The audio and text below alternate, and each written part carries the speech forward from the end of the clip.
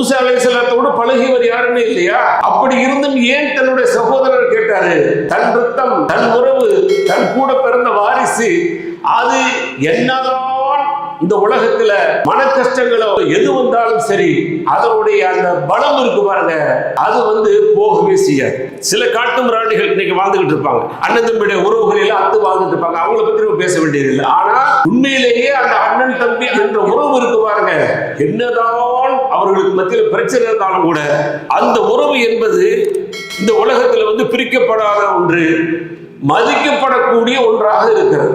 அதனால என்னவோ அவங்க மிகப்பெரிய நம்பிக்கைக்கு ஒரு பாத்திரமாக தன்னுடைய சகோதரரை கேட்கிறாங்க.